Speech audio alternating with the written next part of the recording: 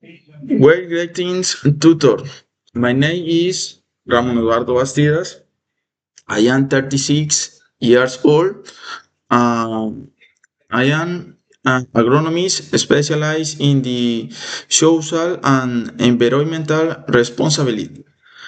For the past year, I have been working as professor in the UNAD in the School of Agricultural, Livestock, and Environmental Sciences. Additionally, I am an official at IMPEG where I serve an instructor for young men completing their military service. I chose the topic of cell phones with in classroom boy because I have direct experiencing as experience managing this succession at Imped we collect the Einmann's mobile phones diarium instruction. This eliminate distraction, improves focus, and ensures that the learning process the effective. Currently, technological